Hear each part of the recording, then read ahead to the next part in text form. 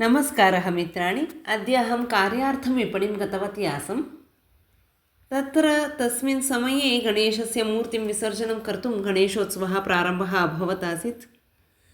अत्र पश्यन्तु कियत् सुन्दरः बृहदाकारः गणेशः अस्ति इति। गणेशस्य पुरतः केचन जनाः पुत्तलिकानां रीत्या वेशभूषणं कृतवन्तः आसन्।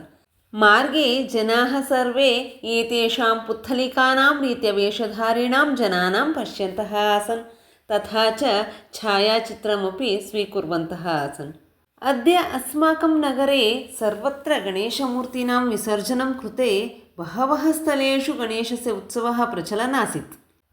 अतः अद्य मार्गे वाहनसम्मर्दः बहु अधिकः आसीत्। अतः गृहं प्रत्यागमनं किञ्चित् विलम्बः जातः। अस्तु मित्राणि, नमस्कारः। पुनर्मिलामः। जयतु संस्कृतं, जयतु भारतम्।